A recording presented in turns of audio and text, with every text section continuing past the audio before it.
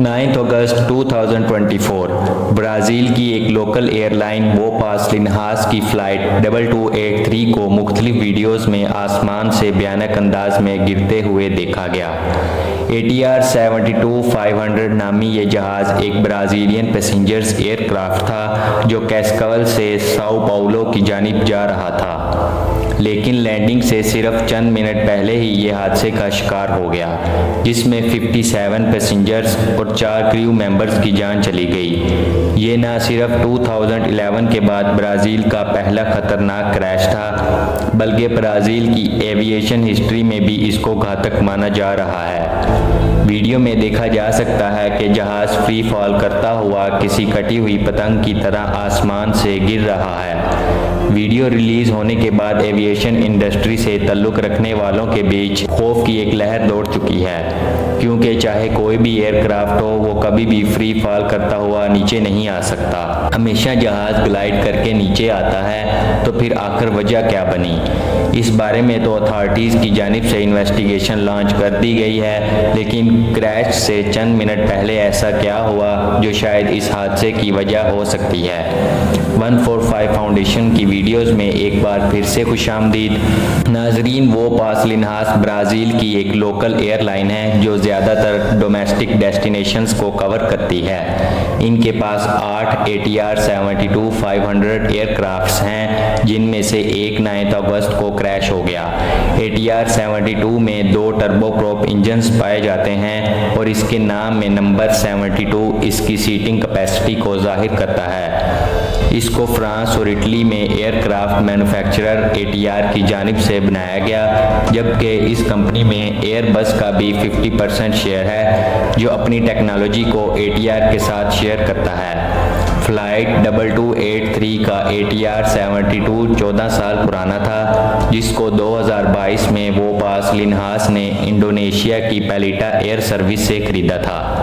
जैसा कि पहले भी मैंने बताया कि ये एयरलाइन ज़्यादातर सिर्फ लोकल डेस्टिनेशंस पर ही ऑपरेट करती है। फ़्लाइट डाटा रिकॉर्ड के मुताबिक 9 अगस्त 2024 को सुबह 9:06 पर ये साओ पाउलो से टेक ऑफ हुई और इसकी मंजिल 700 किलोमीटर वेस्ट में कैस्कवल तक थी। इसका ये ट्रिप तो बिल्कुल ठीक ठाक गुजर गया। इसने 2 घंटे 11 मिनटों के बाद सुबह 11:17 पर कैस्कवल में खैर खैरियत से लैंड कर लिया। फ्लाइट ऑलरेडी अपने शेड्यूल टाइम के हिसाब से लेट थी और इसको कैस्कवल से पैसेंजर्स लोड करके वापस साओ पाउलो भी जाना था। इसी वजह से अनलोडिंग के बाद जल्दी साफ सफाई का काम हुआ और ठीक 41 मिनट के बाद इसने कैस्कवल से वापस साओ पाउलो जाने के लिए टेक ऑफ किया।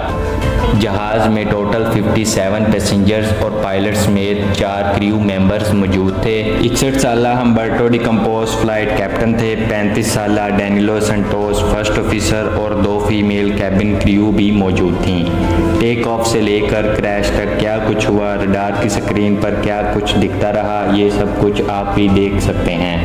11:58 AM लोकल टाइम पे फ्लाइट 2283 ने कैस्कवल से टेक ऑफ करते ही लेफ्ट टर्न लिया और 17,000 फीट्स का एल्टीट्यूड मेंटेन करने लगी, जिसको क्रूजिंग एल्टीट्यूड भी कहते हैं। 12:21 पे टेक ऑफ से 23 मिनटों के बाद 17,000 फीट्स का एल्टीट्यूड मेंटेन कर लिया गया।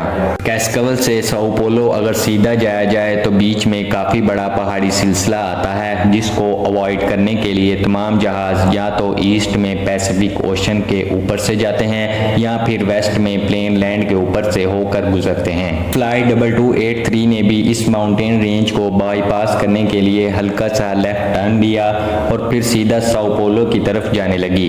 रडार के मुताबिक पहला 1.5 घंटा बिल्कुल नॉर्मल अंदाज में गुजरा, जिसमें जहाज़ का एल्टीट्यूड 17,000 फीट्स के आसपास ही था और ground speed 460 kilometre per hour. 1:07 पर फ्लाइट 2283 ने एक शार्प लेफ्ट टर्न लिया और अपनी डायरेक्शन कैंपिनास शहर की तरफ कर ली, जहां से अप्रोच बनाकर इसको साओ पाउलो एयरपोर्ट पर लैंड करना था। 1:20 पे जब वो कैंपिनास के साउथ में आबादी के ऊपर मौजूद था, तब पहली बार इसकी ग्राउंड स्पीड कम हुई, जो पहले 460 किलोमीटर पर आवर की स्पीड से आगे बढ़ रहा था। अचानक वो स्पीड 159 किलोमीटर पर आवर हो गई। इसका रीज़न क्या था ये तो अभी तक पता नहीं चला, लेकिन अगले ही मिनट 1:21 और 2 सेकंड्स पर पायलट ने अपनी ग्राउंड स्पीड को वापस 400 किलोमीटर पर आवर तक मेंटेन कर लिया। इस वक्त तक पायलट ने किसी किस्म की कोई इन्फॉर्मेशन एटीसी को नहीं दी। ये वो पॉइंट था जहां से जहाज की डायरेक्शन साओ पोलो एयरपोर्ट की तरफ करनी थी और रडार में हम देख भी सकते हैं कि पायलट ने जहाज को राइट टर्न करवाना शुरू कर दिया, लेकिन सिर्फ 13 सेकंड्स के बाद 1:21 और 15 सेकंड्स पर जब वो टर्न कर ही रहा था कि अचानक पहले ग्राउंड स्पीड कम हुई और उसके साथ ही वर्टिकल स्पीड यानी जिस स्पीड से जहाज नीचे या ऊपर जाता है वो कम होने लगी। रडार में देखा गया कि 17,000 फीट्स पे उड़ने वाला जहाज 13,000 फीट्स पर मिनट की स्पीड से नीचे आने लगा, वो भी गोल घूमता हुआ। और इस दौरान इसकी ग्राउंड स्पीड यानी कि आगे बढ़ने वाली स्पीड 400 से कम होकर 100 किलोमीटर पर आवर तक रह गई। इस पूरे प्रोसेस में सिर्फ 1 मिनट और 14 सेकंड्स ही लगे, यानी इतने कम वक्त में जहाज 17,000 फीट से सीधा जमीन पे आ गिरा। इस दौरान जहाज 180 फीट्स पर सेकंड की स्पीड से नीचे आ रहा था और पायलट्स के पास शायद इतना वक्त नहीं था कि वो एटीसी को भी अपनी सिचुएशन के बारे में आगाह कर सके। जिस जगह पे फ्लाइट की वर्टिकल स्पीड कम होना शुरू हुई और जिस जगह इसने क्रैश किया उसके बीच सिर्फ 1.3 किलोमीटर का ही फासला है।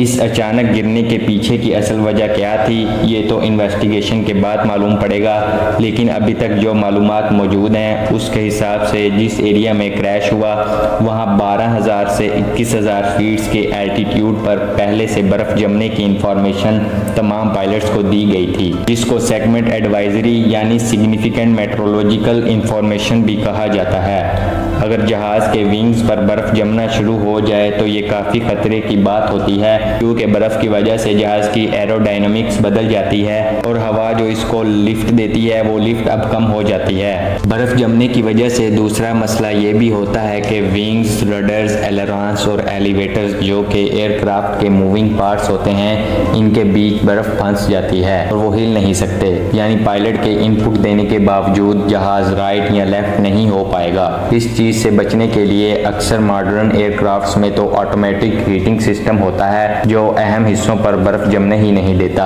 कुछ एयरक्राफ्ट ऐसे होते हैं जिन पर फ्लाइट से पहले एक खास केमिकल का स्प्रे किया जाता है जिससे बर्फ जम नहीं पाती। ATR 72-500 में मुख्तलिफ किस्म के डी-आइसिंग सिस्टम्स इंस्टॉल हैं। इसके विंग्स पर न्यूमेटिक डी-आइसिंग बूट्स लगे हैं जो वक्फे वक्फे से बर्फ को हटाते रहते हैं। इसी तरह इसके प्रोपेलर्स, विंडशील्ड और इंजन में भी डी-आइसिंग सिस्टम्स इंस्टॉल्ड हैं। और इस सब के बावजूद अगर पहले से बर्फ की फोरकास्ट हो तो पायलट कोशिश करके इस एल्टीट्यूड पे या उस जगह को अवॉइड करते हैं जहां बर्फ जमने का अंदेशा हो। क्रैश के बाद फ्लाइट 2283 का ब्लैक बॉक्स रिकवर कर लिया गया है और उम्मीद है कि आने वाले महीनों में इस क्रैश की असल वजह खुलकर सामने आ जाएगी, लेकिन फिलहाल ये एक मिस्ट्री ही बनी हुई है कि आखिर 17,000 फीट से जहाज सीधा नीचे कैसे आ गिरा। उम्मीद है 145 फाउंडेशन की ये वीडियो भी आप लोग भरपूर लाइक और शेयर ज़रूर करेंगे। आप लोगों के प्यार भरे कमेंट्स का बेहद शुक्रिया।